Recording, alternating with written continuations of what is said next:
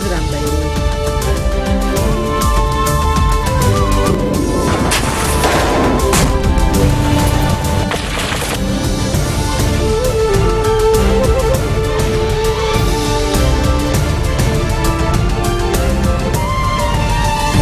Nouvelle édition de la rédaction, merci d'être au rendez-vous à la une de l'actualité. Nouvelle réunion, nouvel échec. Le Conseil des ministres n'a réussi à prendre aucune décision concernant les dossiers à son ordre du jour, notamment ceux des nominations sécuritaires et des déchets. Les employés et les ouvriers du port de Beyrouth en grève, ils protestent contre l'utilisation d'un terrain dans l'enceinte du port pour le stockage des vidanges de la capitale. Bagdad, secoué par un attentat au camion piégé, il y a au moins 76 morts et plusieurs centaines de blessés. C'est l'attaque la plus meurtrière depuis l'entrée en fonction du Premier ministre El Abadi. Et en Chine, la ville portuaire de Tianjin, secouée par d'énormes explosions sur une zone industrielle. L'incendie n'est pas encore maîtrisé. Au moins 44 personnes ont été tuées. L'enquête privilégie pour l'instant une négligence. Je vous le disais en titre, nouvelle réunion, nouvel échec. Le Conseil des ministres n'a réussi à prendre aucune décision concernant les dossiers à son ordre du jour, notamment ceux des déchets, des nominations sécuritaires et des prêts et autres crédits internationaux. Le Premier ministre Salam a dénoncé une spirale de blocage. Les réunions du gouvernement n'ont pas été suspendues, mais la date du prochain Conseil des ministres n'a pas encore été fixée. Et pour en parler avec nous en ligne, Ahmad Fatfat, député du Courant du Futur. Bonsoir, docteur Fatfat. Bonsoir. Alors, tout d'abord, que répondez-vous aux attaques du camp aouniste qui accuse votre formation politique de mener justement une politique qu'il compare à celle de l'État islamique? Vraiment, la position des aounistes est tout à fait incompréhensible parce que nous sommes dans des positions contraires sur le plan politique et donc ils ne doivent rien s'attendre de notre part. Par contre, ils doivent s'attendre à beaucoup de soutien de la part de leurs alliés, surtout de Hezbollah et de Hamal, qui manifestement les ont lâchés. Et comme ils n'arrivent pas ou ils ne parviennent pas à attaquer leurs alliés, ils se défoulent contre le Mustakbal, espérant que ça va créer une certaine popularité au sein de la population chrétienne. Mais je crois que la population chrétienne est bien avertie, elle voit les choses très clairement. Et le manque d'appel hier à la manifestation générale est très manifeste parce que ça devient un peu scandaleux d'utiliser des slogans tels que ce qu'on a vu. En même temps, Général Aoun appelle au dialogue avec nous. Avec qui il veut dialoguer? S'il considère que le Courant du Futur est Daesh, s'il considère que le Premier ministre Salam est un daéchiste, donc avec qui veut-il vraiment dialoguer? Ça devient un peu illusoire de compter sur une attitude raisonnable, mais on espère toujours qu'il sera raisonné par ses alliés et par l'Iran le moment venu de prendre les décisions et qu'ils arrêtent de paralyser les institutions, le Parlement et le Conseil des ministres comme ils le font et comme ils l'ont fait ce matin. Et des attaques aussi, docteur Fatfat, à l'encontre du chef du Courant du Futur, Saad Hariri. Ils ont notamment critiqué sa formule du Liban d'abord. Voilà, donc comme je vous ai dit, ils cherchent par tous les moyens de faire une provocation dans l'espoir qu'ils vont recevoir de notre courant une contrepartie et une réaction à leurs attaques. Non, nous n'accepterons jamais de relever ce défi parce que ce n'est pas un défi honnête et ce n'est pas un défi dans l'intérêt du pays. Ils peuvent crier autant qu'ils veulent. S'ils veulent dialoguer, la table est ouverte dans le Conseil des ministres et la table est ouverte au Parlement. Mais provoquer des insultes et descendre si bas sur le plan politique, nous ne sommes pas habitués dans le Courant du Futur à le faire. Ils préfèrent utiliser ce moyen très provocateur, très insultant. Mais nous gardons notre sang-froid parce que nous croyons que l'intérêt du pays est primordial et que ces attaques ne vont aboutir à rien du tout, sauf à démontrer qu'ils ne sont pas au niveau de gérer la situation dans le pays tel que les Libanais le souhaitent. Docteur Fatfat, dans l'actualité au Liban, bien sûr, il y a encore et toujours la crise des déchets. À votre avis, est-ce que ce dossier sera bientôt résolu? Est-ce qu'une solution pointe à l'horizon? Pour être honnête, jusqu'à l'instant, nous n'avons rien vu de très clair. Bien sûr, il y a les 4 contrats en vue dans le sud, le nord, la Bekaa et en principe le Mont Liban, qui doivent être assignés d'ici peu. Mais ça ne résout pas le problème de Beyrouth et le problème du Matin et de Kusrouan. La seule solution possible reste malheureusement, et c'est une solution très coûteuse, c'est la solution d'évacuer vers l'extérieur, donc d'exporter les déchets. Mais vraiment, c'est une solution de grand luxe dont nous ne possédons pas les moyens. Il faut absolument une solidarité nationale sur tous les plans pour résoudre ce problème et pas l'utiliser comme chantage pour essayer de faire plier sur le plan politique l'une ou l'autre force politique parce que ça n'aboutira à rien. Manifestement, actuellement, il y a une fraction politique qui essaye d'utiliser et l'électricité et les déchets pour faire plier l'opinion politique de certains partis politiques et l'opinion politique libanaise, mais ça n'aboutira à rien.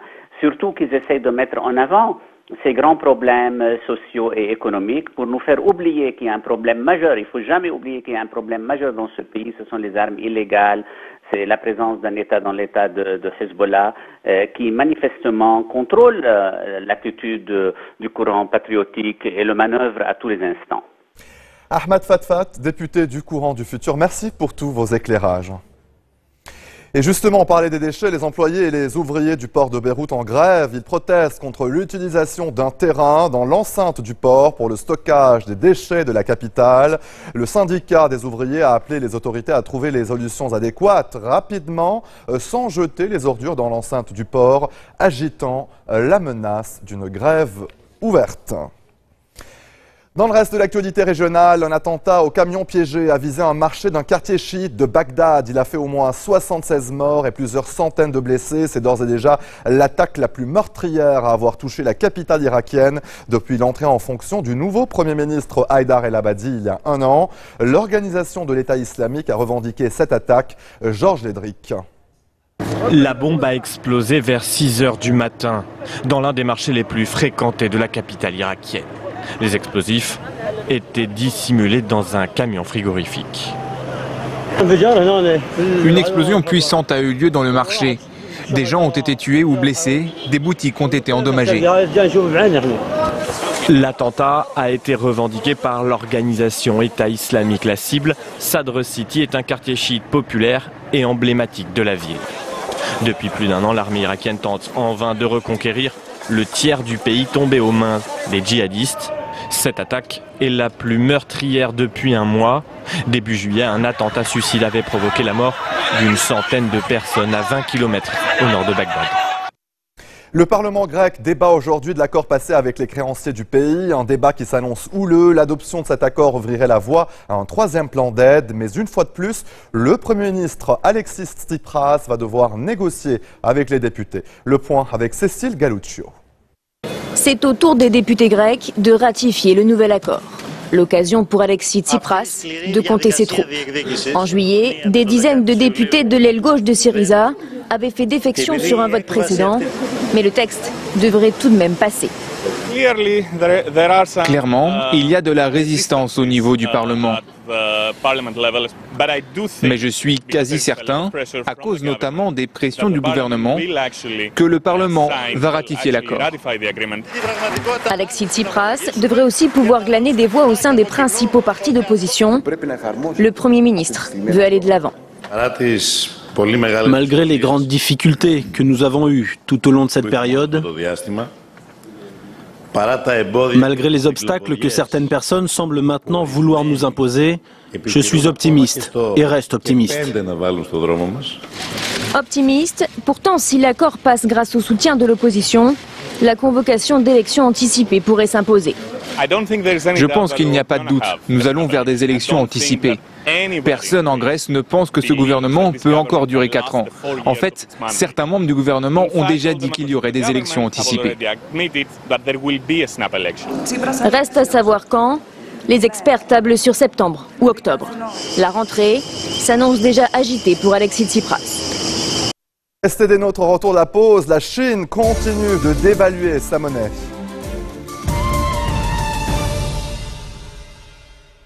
Kerry sera ce vendredi le premier chef de la diplomatie américaine à se rendre à Cuba depuis 1945. Il va rouvrir officiellement l'ambassade américaine. Le rapprochement entre Washington et la Havane qui s'achève a provoqué un boom du tourisme sur l'île castriste. Ludovic de Foucault. Vendredi, le drapeau américain flottera devant ce bâtiment pour la première fois depuis le 3 janvier 1961.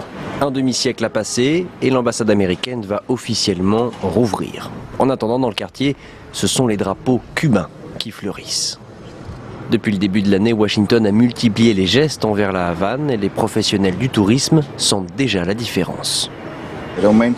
Avant, c'était difficile en basse saison, mais cette année, ça va mieux, il y a plus de clients. On dirait bien qu'avec le rapprochement avec les États-Unis, plus de touristes viennent, pas des Américains, mais des touristes d'autres pays. Mais pour certains, les hôtels, les structures manquent. L'île n'est pas encore prête à recevoir des millions de visiteurs supplémentaires. Les touristes étrangers arrivent en pensant qu'il y aura dès demain un McDonald's ou quelque chose comme ça.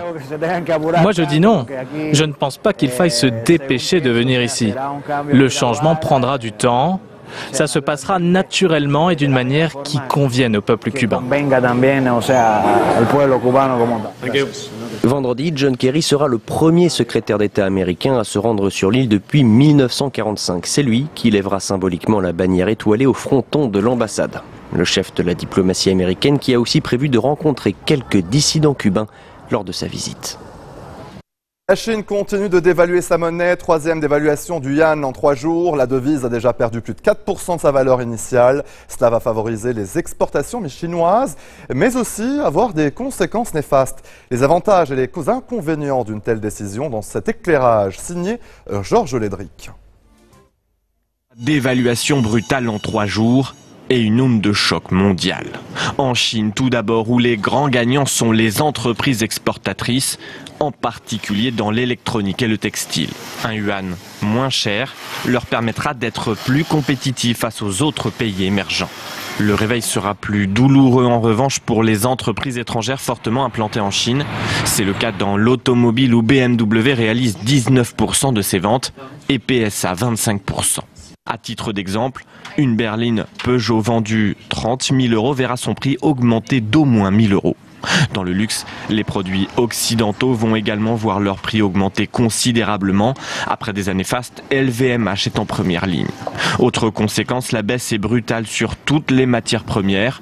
Le nickel a par exemple perdu 15% une minute seulement après l'annonce de la dévaluation mercredi. Le fer, l'aluminium et le cuivre sont au plus bas depuis 2009. Sur ces métaux, la Chine achète environ la moitié de la production mondiale, principalement aux grands pays miniers comme l'Australie, le Canada et le Brésil. Dernière inquiétude, le sort des entreprises chinoises qui se sont endettées en dollars, notamment les compagnies aériennes et les banques. Allez, en bref, dans le reste de l'actualité, toujours en Chine, la ville portuaire de Tianjin, près de Pékin, soufflée par d'énormes explosions sur une zone industrielle. L'incendie n'est pas encore maîtrisé. L'enquête privilégie pour l'instant une négligence. Au moins 44 personnes ont été tuées, 520 hospitalisées. 600 véhicules destinés au marché chinois ont brûlé sur un parking.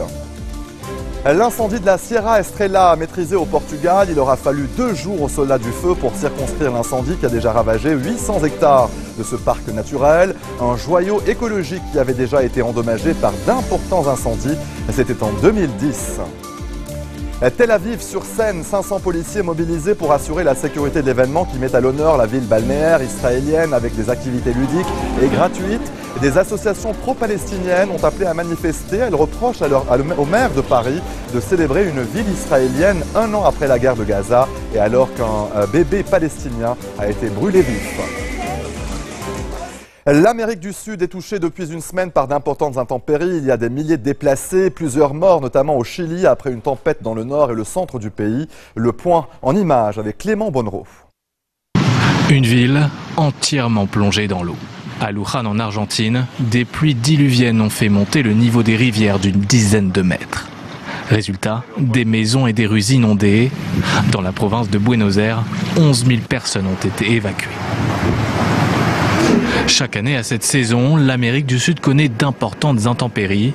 En cause, le courant marin El Niño qui provoque des dépressions atmosphériques au large des côtes pacifiques. Au Chili et en Argentine, l'arrivée de masses d'air froid en provenance de l'océan a provoqué des pluies et une baisse des températures. Plus au nord, en Bolivie, les pluies se sont transformées en neige. À La Paz, la capitale, les habitants font face à des températures négatives. Sur les hauts plateaux, culminant à plus de 4000 mètres d'altitude, la vie tourne au ralenti. Le trafic est fortement perturbé et plusieurs écoles ont fermé, faute de transport scolaire.